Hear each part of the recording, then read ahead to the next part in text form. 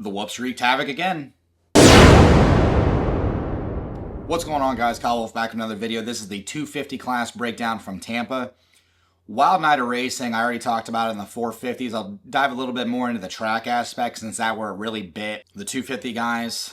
And, we had two red flags on the night, one in one of the heat races, the other one in the main event. As far as the track goes, we lead to the main event. Pierce Brown takes the lead from Max Anstie and starts to pull a bit of a lead. Max starts to gain back time on him, and then that vicious crash for Pierce in the day. They were chewed out, they were slippery, they had loose dirt on them. It was just a bad situation. I wish we would go back to how it was with the whoops, 5-10 years ago, whenever the last time we were consistently using loader whoops. All the whoops sections right now are built with bulldozers. That is creating the problem. It's not the number of whoops, it's how they're being built. And they're not being built wrong.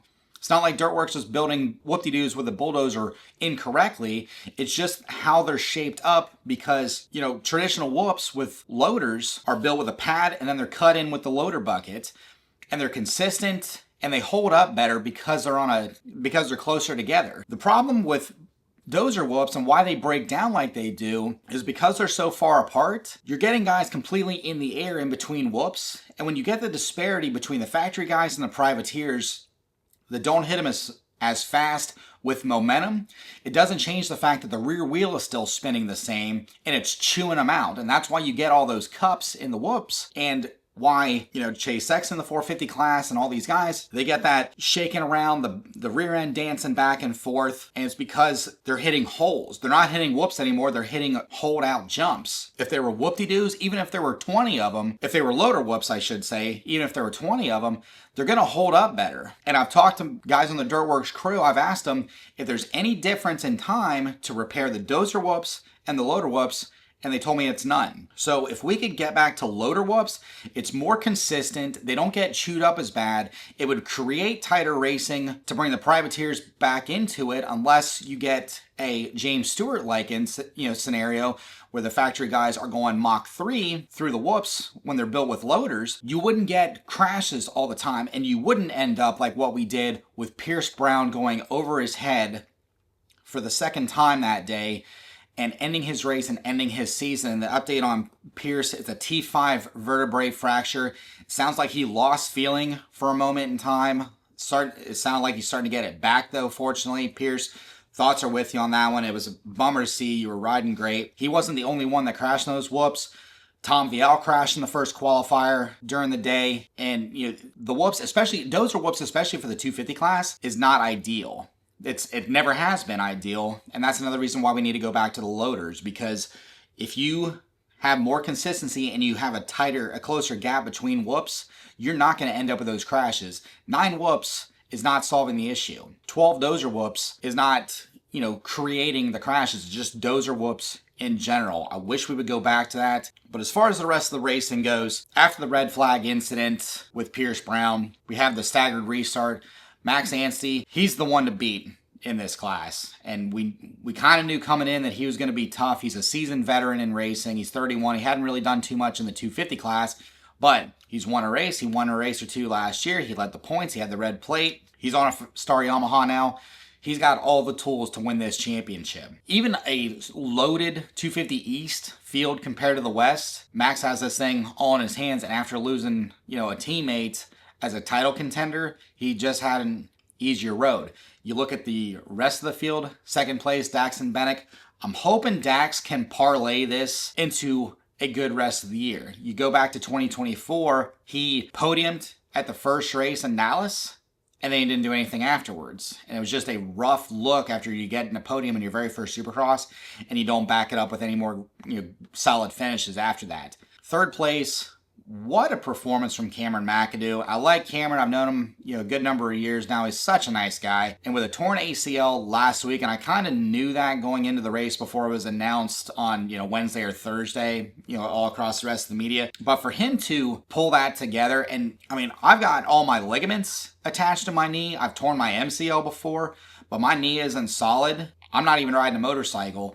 So for him to have a torn ligament like that, and then to have the grip strength with your legs, hold on to the bike, but then also to not dab your leg in a corner and make it worse and to come out with a podium. That's an incredible ride. I'm hoping he can just hang through the rest of this series, and if it means taking off the outdoors to get ready for next year, I'm fine with that, because eventually he's going to have to get that thing surgically either fixed or just completely removed out of his knee, like Ryan Villopoto and several other guys over the last 10, 15 years that have done that and gone that route.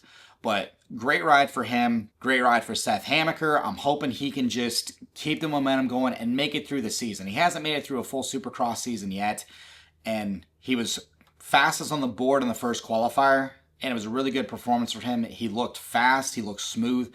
I'm hoping he can just keep this trend going for the rest of the series. And then Tom Vial, the defending 250 East champion, like I said, huge crash in Q1 in the whoop section. He was able to bounce back. Q2 wasn't very good for him, but he had a solid heat race. Not a great heat race, but a solid heat race. He turned that into a solid top 5 finish to start the year in that 250 East Championship and keep him into the points. Guys that fell short on the night: Levi Kitchen, Nate Thrasher. I talked to Kitchen after the race. He said he felt fine. He just didn't execute, which he didn't. He got a bad start. The red flag helped his case out a bit after the crash in the sand. He needs to step it up a little bit. I heard rumors that even before the Anaheim 1 exit after free practice, he had other issues coming in. And, possibly a concussion. No proof of that, just rumors. But if he's not 100%, then, it's going to be hard for him to win this title. Thrasher, he had a crash and just not a great performance. And I really didn't notice him out there. It was kind of a weird deal that just, 4-star Yamahas in that main event, and you don't notice one of them. It was just, odd situation, and Thrasher just kind of raced into a 8th or a 9th place spot. Hopefully he steps it up. I expect Daytona.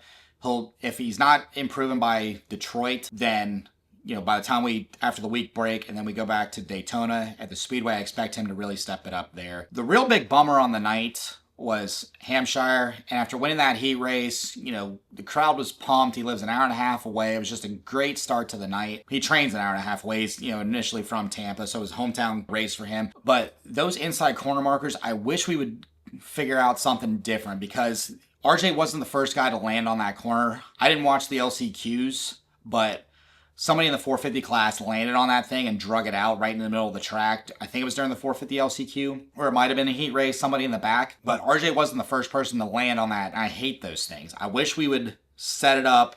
I wish there was a corner marker to where these guys would, if they go too far inside, would hit it with their handlebars, because if they stay away from it, then that creates somebody from the outside to square up underneath them, because there was none of that. There was no passing in that corner leading into that double, triple, or, roll, double, double into the whoops. There was no squaring up in that section unless you swung wide and then cut back across while somebody else went to the inside and then went to the edge. If you make the pylon on the inside tall enough to where you can hit it with your handlebar or at least your knee, then that creates the outside in situations. And I wish we would get away from those stupid inside markers, because that's not creating more passing. It never has.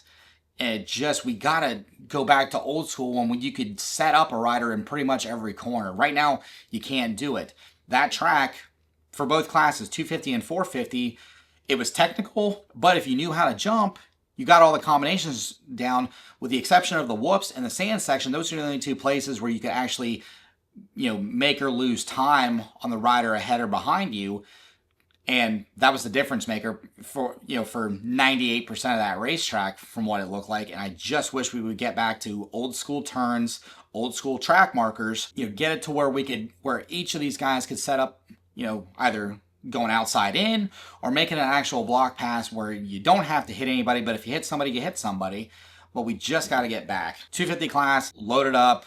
Great performance by a lot of the privateers. Luke Neese getting in there. Jack Chambers, the hometown kid, getting in there in his first crack of the year in 250 East. Another disappointment on the night was Austin Faulkner, his debut ride on the Triumph. He had the flu coming in. I'm interested to see what he looks like when he's 100% healthy, and the mental clarity and all that stuff, and not being hindered by sickness. I'm interested to see what happens when we go to Detroit this weekend, and then after the week off when everybody heads to Daytona International Raceway for round 3 of that series. That's it for the 250 class breakdown. I appreciate you guys watching these videos. Please like the video, comment, subscribe, share, and I'll see you later this week for more action.